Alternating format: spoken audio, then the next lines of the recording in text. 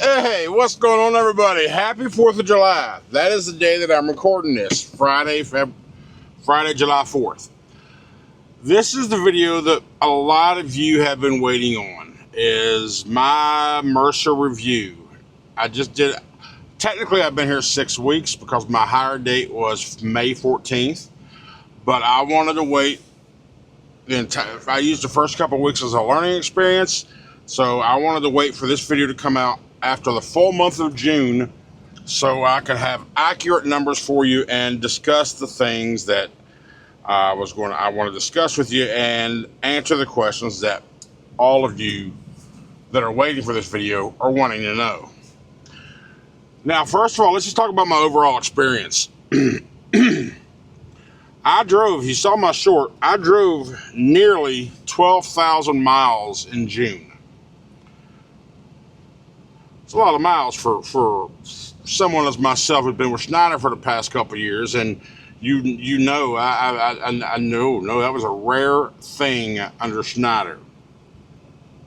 Some of you still are stuck on the way you follow me under Schneider, and I've said from the beginning, or I've said many times, people who wanted to kind of knock the way I ran or whatever, I was like, listen, I'm running what the board runs.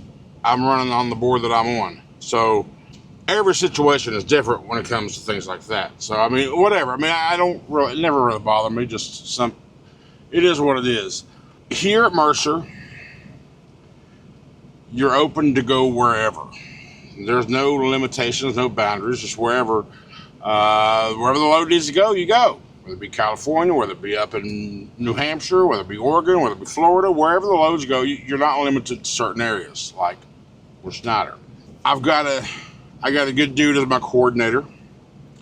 He keeps an eye on the board for me as I'm driving so I don't miss potential loads that I want. We talk. He knows what I'm looking for specifically, but he'll also call me say, hey, this just popped up. He'll laugh like, I know you're not interested, but I got to offer it to you anyway. Because you got to understand the coordinator's job is to cover the Mercer loads. That's their job. Cover the loads. Call drivers until somebody says yes. That's their job as a coordinator, is to cover these loads that come across their screen. And what they'll do when they see these loads, then they got their teams under them as well. They know the drivers they have under them. They know what they want to run and so forth. So ones that they know want to take specific things, they're going to call them and say, hey, I got this, just came up. Are you interested? And it's either yes or no. No harm, no foul. Either way. But also at the same time, every time I go in there manually and look at my load, and I'm like, I'll do this because it's a little bit, because he doesn't really know my full idea of what I'm doing at that time. So maybe I want to get somewhere specific for some reason. He don't know, so I'll hit the commit button, then I'll shoot him a text, say, hey, did you see it? He's like, yep, I'm on it. So you can either book your loads 100% yourself, or you can have your coordinator help you. And like I told him in our initial meeting, that I did not think, it's hard for me. It's going to be hard for me to trust somebody to make me money, because nobody's going to run me as hard as I want to run myself, right? But my boy Tony, he has earned my trust over the past 6 weeks. So I trust him enough to let him take the reins, and I'll still look and so forth to make sure we're kind of doing the same thing. And if I have different plans in my head, again, I'll communicate that with him. So he calls me, we talk on a daily basis. If there's nothing there, he'll call me and say, hey man, there's not much going on right now, but I'm looking for you. He'll let me know that he's working. So my boy Tony, he's good, and he's just a good old Kentucky boy. He's a good old redneck like me. We were like stubborn bullheaded sons of bitches, so we get along perfectly. Okay, we get along good. And when I'm aggravated, it shows. When he's aggravated, it shows. But you know what? Two rednecks, no aggravation. When we hear it, we ain't taking offense to none of this crap. We're like, okay, suck it up, buttercup, and get to work. So my coordinator's cool. Now, during orientation there, Mercer just kind of felt like different when it came to the drivers. Well, I was not more than just the staff. The staff is going to be polite, and that's just what they do. But when you're in the yard outside of your class and you're there, you're just randomly hanging out the yard in downtime and you're doing stuff or whatever, just the other drivers would talk to you and say, hey, are you new or whatever, and they welcome you to Mercer. Hell, we even had cookouts and stuff, and as a community kitchen there, we had a big ass cookout. Me and another driver I was in orientation with, we wound up cooking burgers one night and using the kitchen, it's just like more of a camaraderie. It feels like old school trucking. Now, I know when I say old school, you're like, Chuncher, you've been out here a couple of years. Professionally, yes, but I've been around trucking in my younger years, and that's what I was going to do back then, which I told you my story, but my eye prevented me, but it no longer does. But it just kind of felt like, at a truck stop, people are like, why you say hi to me for? So a lot of times people are just offended, like, whatever.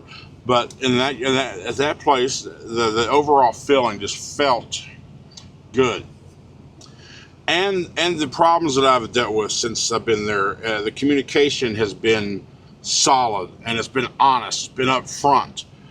I don't want no bullshit political answer. I want to be told straight up what the issue is, if there's an issue, or how to fix a problem. I don't want no beat around the bush crap. Just be honest. And my every experience that I've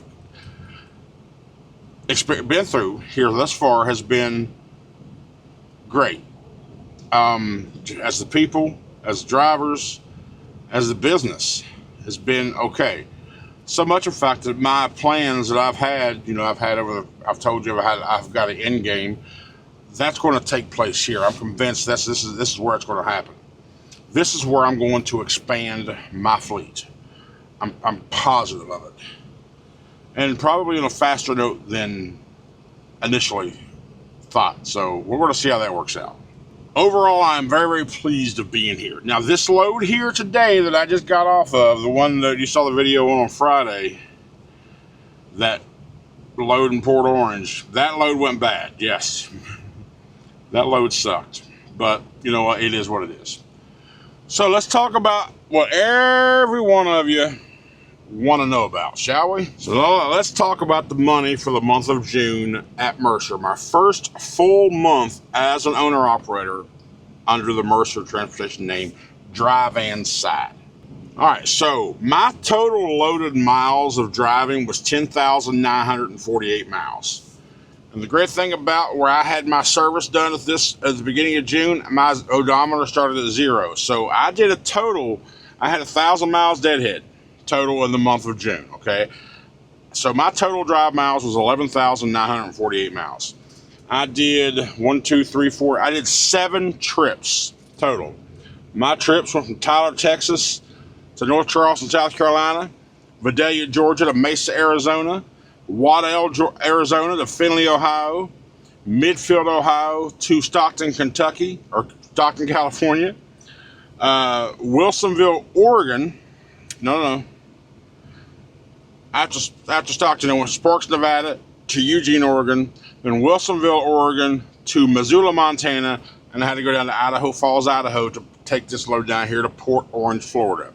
Those are my 7 loads. For those 7 loads, my gross to the truck was $19,046.61 for the month.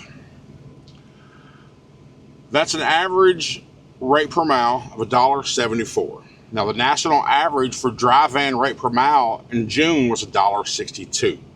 So we beat the national average on dry van freight. Now, out of that $19,046.61, now that's all to the truck. That number is after Mercer's cut. Okay? That's after their 25% cut. That's it. That's it. That includes fuel surcharge, all that. So my total gross to the truck was $19,046.61. My fixed expenses that get deducted from Mercer, which is my tags, which is $164.50 a month. My occupational accident insurance was $130 a month.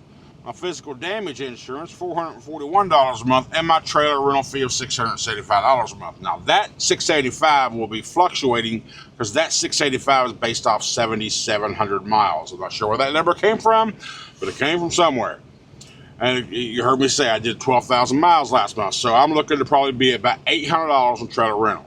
Okay, that's what's going to wind up being $800 for my trailer rental fee. Some of you don't like that trailer rental fee, but I got a surprise for you. Mercer only takes 75%, or Mercer takes 25%, and most companies you can take 65. You don't see what's in that 65%. At least here, and I guarantee you that that 65% you're talking about, it's got trailer rental fee included into it, even if you don't see the breakdown. It's a fact. At least here it's broken down. I like to know what I'm paying for. So my total fixed expenses is $1,281.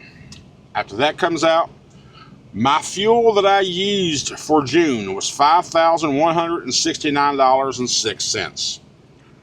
That was my fuel.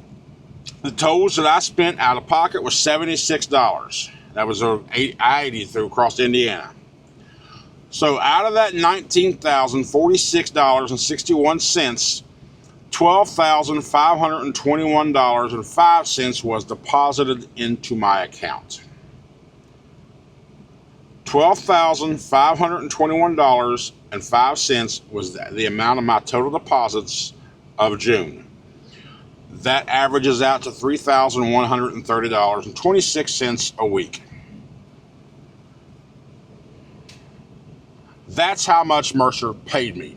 That's the number you should focus on, is how much you are earning from the company. Because your bills are your bills. My bills are my bills. So my bills, I have an SFI truck. So I have a $1,251.18 payment comes out every single week. That's for my truck lease and my MMA. So when you minus that $1,251.18, that makes my weekly average of $1,879.08. That's my net to my pocket. Now, I've got other personal shit I got to do with that, like taxes and so forth. I even had to pay the $500 $22.90 this year. There's one thing you need to realize too. At Mercer, we don't pay IFTA. We don't pay state fuel tax. We don't pay IFTA. We don't pay that. Mercer takes care of all that. So there's extra fees that you're not paying. There's the numbers. I mean, is it what I want it to be? Where I think it should be?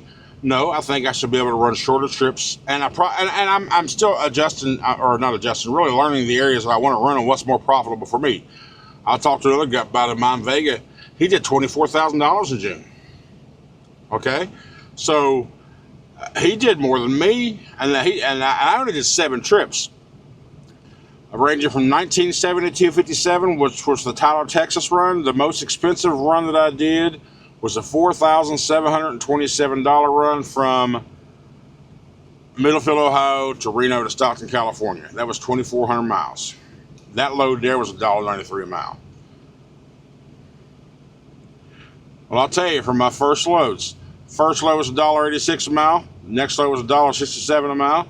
$1.61 a mile, $1.93 a mile, $1.95 a mile, $1.95 a mile, and that last one I brought down from Idaho Falls to Port Orange, it was $1.42 a mile. So that's where the average of $1.74 a mile comes up across that. So me, I'm pleased with where I'm at. A hell of a lot better than where I was. My bank account is healthy, which is also provided me with the option of fast forwarding my plan, right? Of the expansion, and I'm going to do that here. I'm hoping in the next couple of months I can get a second truck. I know, like right now, if I had the money, there's some 4,000 Aero Truck Sales sale thing going on where they're matching like 4,000 down. If I had $4,000 to put into that right now, and I was willing to risk it, I would do that now versus waiting. But I stopped shopping at trucks. I'm going to wait a couple more months, build the money up a little bit so I can have that cushion for when things go bad off a used truck, because something's going to go bad. And then I'm going to go look for a driver to drive that truck for me. I'm keeping Blue.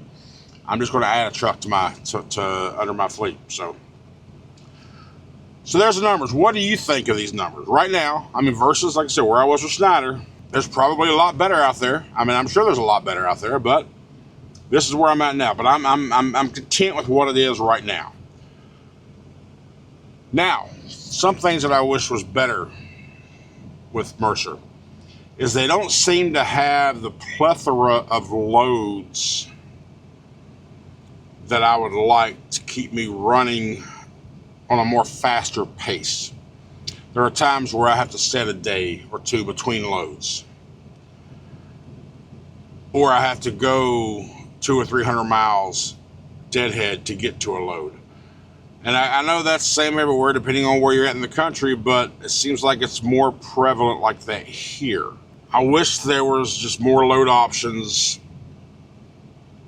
towards the, once you finish one, so closer. Right now I'm in Florida. I'm expecting to have to deadhead 200 or 300 miles out.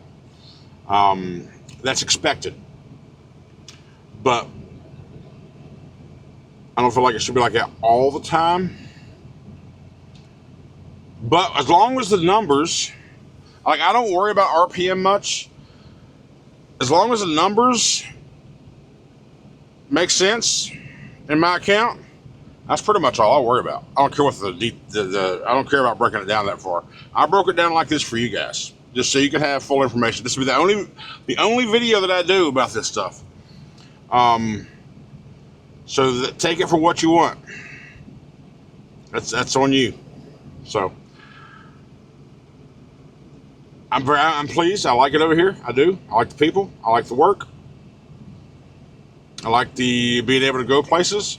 I'm still learning what counts in areas that I want to run more specifically. And it'll just get better over time for me. But that's it. There's my thoughts on Mercer. Let me know your thoughts. Thank you so much for hanging out.